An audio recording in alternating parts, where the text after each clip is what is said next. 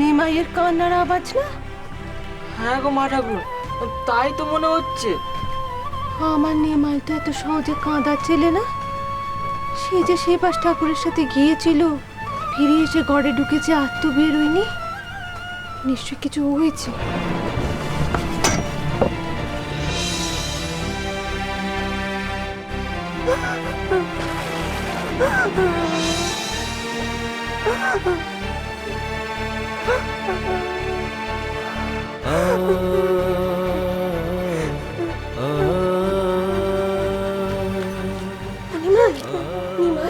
কি হচ্ছে বাবা? আচ্ছা, তুই তো যা চেয়েছিলি তাই হচ্ছে। তুই আবার লেখাপড়া শিখবি, তাহলে তোর এত কিসের দুঃখ বলতো? দুঃখ আমার নিজের জন্য নয় মা, দুঃখ আমার অন্য মানুষদের কষ্ট দেখে। জানো মা, ওই দুষ্টু বামুনগুলো গরিব দুঃখী মানুষের উপর কি অত্যাচারই না করে। বামুন হওয়ার অজুহাতে এইসব অন্তজ মানুষগুলোকে যা ইচ্ছা বিধান দিয়ে সর্বশান্ত করছে। দেবতার কোপের ভয় দেখাচ্ছে। দেবতার কোপ থাক বা না থাক, নগর কোটালদের কোপে গরিব অসহায় মানুষগুলো শুধু মার খাচ্ছে আর মরছে। আজই সেরকম একটা ঘটনা দেখলাম মা। একজন গরিব গোয়ালা তার একটা মাত্র গরু ব্রাহ্মণদের দান করতে চায়নি বলে নগর কোটাল থেকে মেরে আত্মহত্যা করে দিয়েছে। কেন এত অনাচার চারিদিকে বলতে পারো মা? ভালোর সঙ্গে খারাপের লড়াই তো চিরকালের বাবা। আগেও তো দেবতাদের লড়াই করতে হতো অসুরদের সঙ্গে। আর এখন এখন এই অসুরদের সঙ্গে কে লড়বে?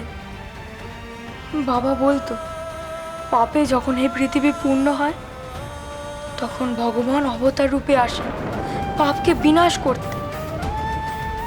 কলিযুগেও তিনি অবতার রূপে আসবেন পাষণ্ডীদের বিনাশ করতে। তাই তো শুনেছি তোর বাবা দাদুর মুখে। আমি তো ওনাদের মতো অত লেখাপড়া জানি না বাবা। তুই বরং এক কাজ কর, তুই রঘুপতির কাছে প্রার্থনা কর, তিনি যেন এইসব অত্যাচারিত গরিব দুঃখী মানুষদের উদ্ধার করেন। কেন প্রার্থনা করব মা? কেন আমরা অন্যায়ের প্রতিবাদ করতে পারবো না? আমরা কেন অপেক্ষা করব কবে শিউরি অবতার রূপে মরতে আসবেন? অন্যায়কে কেন অন্যায় বলতে পারবো না আমরা? কেন?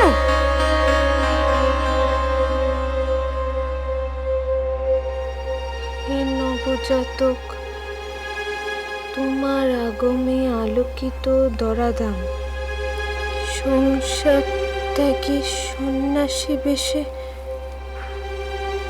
তো তব নাম।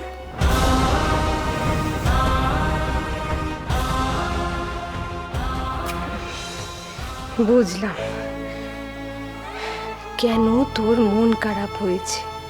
তা মন খারাপ করে খাবার উপর রাগ দেখিয়ে শুয়ে থাকলে বুঝি মন খারাপ ঠিক হয়ে যাবে? তা তো হবে না। চল খেয়ে নিবি, চল খেয়ে নিয়ে তাড়াতাড়ি শুতে হবে তো। কাল চতুষ্পাটি যেতে হবে নিমাই।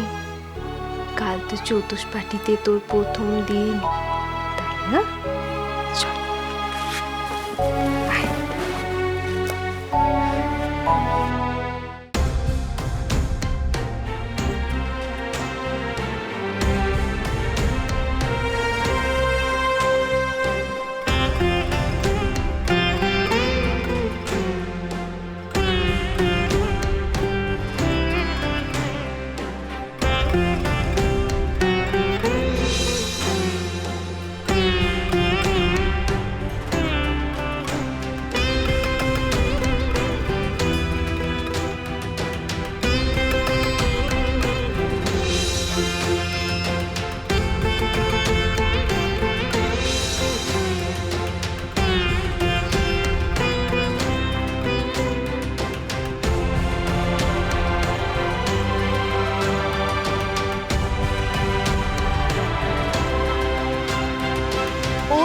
কত লেখাপড়া করবি? রাত হলো তো, খাবি না? হ্যাঁ মা, এই শ্লোকটা শেষ করেই যাচ্ছি।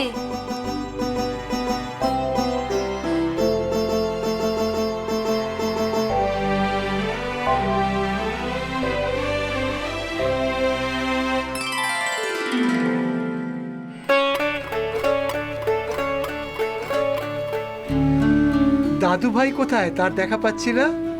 টোল থেকে ফেরেনি এখনো, সময় হয়ে গিয়েছে, ফিরবে এক্ষুনি। একটু বসে যাও। ওই তো। থাক থাক থাক, দীর্ঘজীবী হও দাদা, দীর্ঘজীবী হও। তা পড়াশোনা কেমন চলছে? ভালো। আমি এখন ওই ঘরে যাই দাদু। চতুষ্পাটিতে গুরুমশাই অনেক পাঠ দিয়েছেন, সেগুলো লিখে রাখি।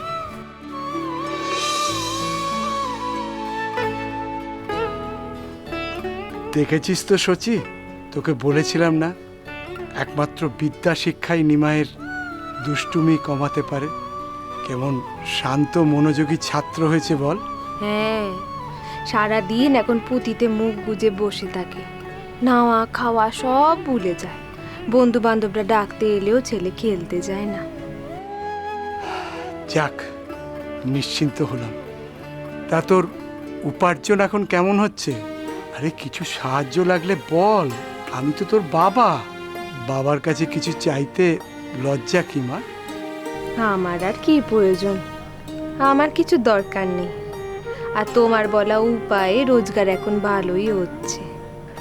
কাঁথা বলো, উইতে বলো, হাটে এসব ভালোই বিক্রি হয়। আস্তে আস্তে সব ঠিক হয়ে যাবে মা। সময় বড় ভালো বৈদ্য, অতি বড় ক্ষত সারিয়ে দেয়। তোমার জন্য একটা সুসংবাদ আছে বিশ্বম্ভর। রাজা বুদ্ধিমন্ত খান তোমার জলপানি মঞ্জুর করেছে।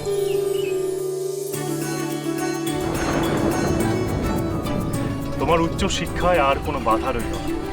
এবার তুমি মনোযোগ দিয়ে বিদ্যাভ্যাস করতে পারবে। তুমি হলে নবদ্বীপের পণ্ডিত সমাজের ভবিষ্যৎ। নবদ্বীপের সুনাম তোমাকেই ধরে রাখতে হবে।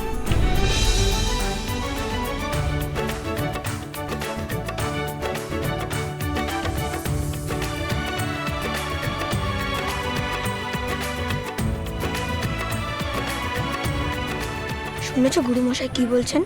কিছুদিন আগে ঠিক এই কথাগুলোই আমাকে বলা হচ্ছিল। আমি নাকি নবদ্বীপের সারস্বত সমাজের মুখ রাখবো।